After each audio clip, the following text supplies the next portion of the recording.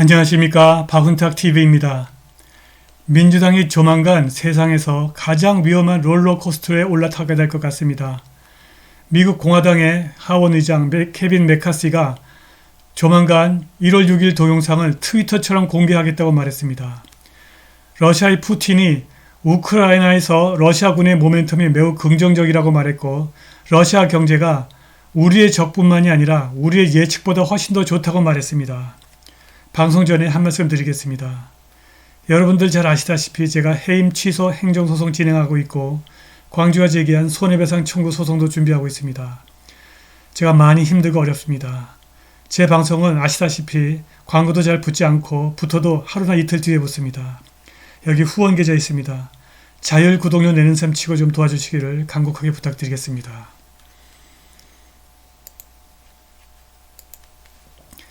트위터 파일이 1월 6일 미국 수도 보안 동영상 공개의 모델이 될 수 있다고 하원 의장 케빈 메카시가 어제 일요일 말했습니다. 메카시는 팍스뉴스의 썬데이 모닝 퓨처스라고 하는 프로그램의 진행자 마리아 바르티로모에게 전 하원 의장 낸시 펠로시와 1월 6일 위원회가 도모한 정치화 때문에 이 동영상 테이프를 공개하려고 한다고 말했습니다. 메카시 하원 의장은 트위터가 CEO 일론 머스크의 방침에 따라 먼저 일단의 독립적인 기자들에게 트위터의 내부 통신에 대한 접근을 허용하는 방식을 언급했는데, 이렇게 내부 통신에 접근한 언론인들이 세부 사항을 트위터 파일을 통해 일반인과 공유했습니다.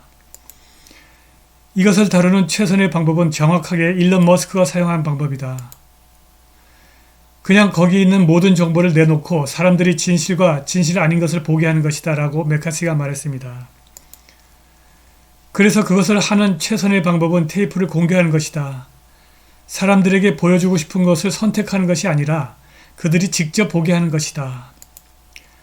수도 경찰은 카메라 시스템이 군중이 수도에 들어와서 조 바이든의 2020년 선거 승리에 대한 의회 인준을 방해한 그날 정오부터 오후 8시까지 무려 1만 4천 시간의 동영상을 촬영했다고 합니다.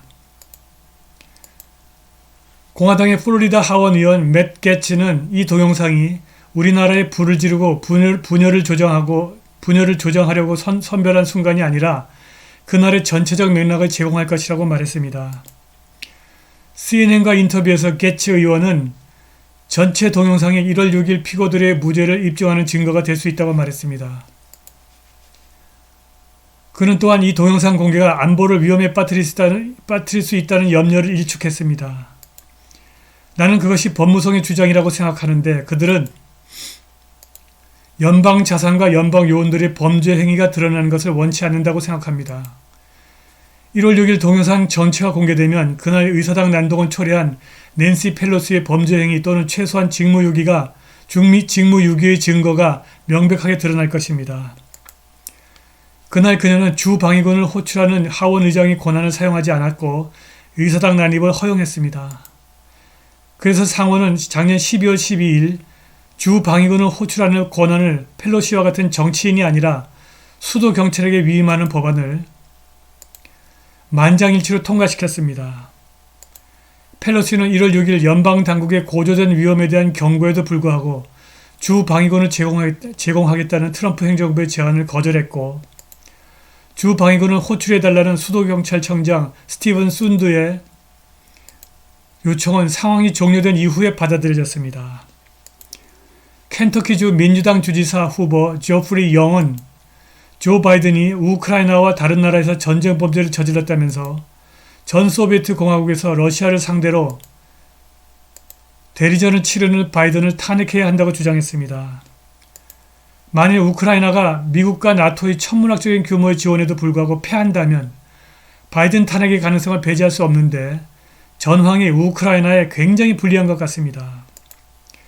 며칠 전 도네츠크 전략 거점 솔레다르에서 승리를 선언한 러시아 군대에서 갓 나온 소식에 따르면 푸틴이 우크라이나 작전에 긍정적인 역동성을 선전하여 서방 관리들을 놀라게 했습니다. 모스크바가 예상보다 훨씬 더 강력하게 작동합니다.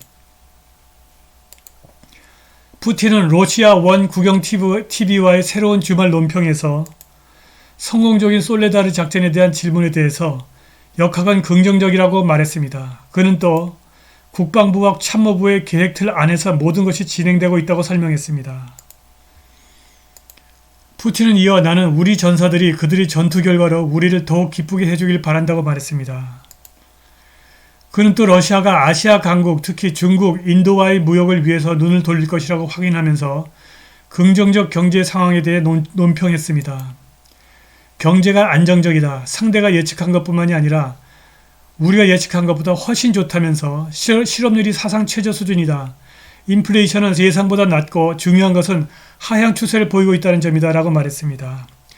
러시아의 낮은 인플레이션은 높은 총요소 생산성 때문입니다. 왼쪽 차트는 미국 세인트루이스 연준이 만든 것인데 러시아의 2017년 총요소 생산성을 1로 했을 때 2019년 총요소 생산성이 무려 3.318%입니다.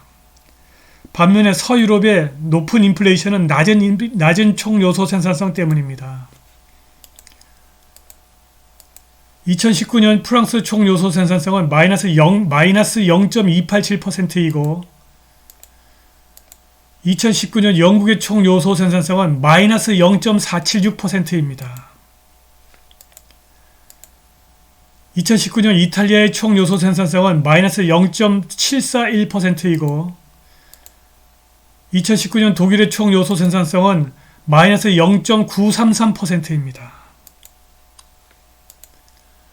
로이터 통신은 러시아가 그 어느 때보다 더 고립되어 있고 전례 없는 서구의 제재에도 불구하고 푸틴이 우크라이나에 설정한 목표에서 전혀 물러날 기미를 보이지 않는다고 전했습니다. 푸틴은 이제 우크라이나 전쟁을 공격적이고 오만한 서방과의 실전적 전투로 간주하고 러시아가 침략자로부터 자신과 국민을 보호하기 위해 모든 가능한 수단을 사용할 것이다 라고 말했습니다. 로이터 보고서는 서방이 우크라이나에 전차를 보내고 우크라이나군 지원을 위한 개입을 심화하면서 러시아가 확전, 에스컬레이션을 준비하고 있다고 전했습니다. 그러나 아직 러시아 국방성은 대규모 공습으로 우크라이나의 에너지 그리드와 민간 및 군사 인프라를 강타하는 전략에 집중하고 있습니다. 러시아군은 군 사령부 및 관련 에너지 시설을 목표로 삼았으며 모든 목표를 달성했다고 설명했습니다. 우크라이나의 국영에너지 운영업체 우크레네르고는 영향을 받은 지역의 전력을 신속하게 복원하기 위해 노력하고 있으나 이번 공격이 에너지 부족을 증가시켰다고 인정했습니다. 우크레네르고는 정전기간이 늘어날 수 있고 이미 국가 전력망이 몇 달 동안 심각하게 저하된 이후 그리고 대부분의 국가에서 비상정전이 계속되고 더 심한 영향을 받은 지역이 영구적인 정전으로 이어짐에 따라 정전기간이 늘어날 수 있다고 인정했습니다. 며칠 전 러시아가 우크라이나 중부의 드니프로에 공습을 감행해서 30명이 죽었는데 이것은 전쟁이 시작된 이후 최전선에서 멀리 떨어진 민간 사망자 중 가장 큰 손실 중 하나라고 합니다. 조만간 워싱턴 DC에서 1월 6일 동영상 파일이 공개되고 몇 개월 후 우크라이나에서 러시아의 승전보가 전해지면 민주당은 세상에서 가장 위험한 롤러코스터를 타게 될 것입니다. 이것이 미국 정치가 바로잡히는 계기가 되기를 바랍니다. 오늘 방송은 여기까지입니다. 감사합니다.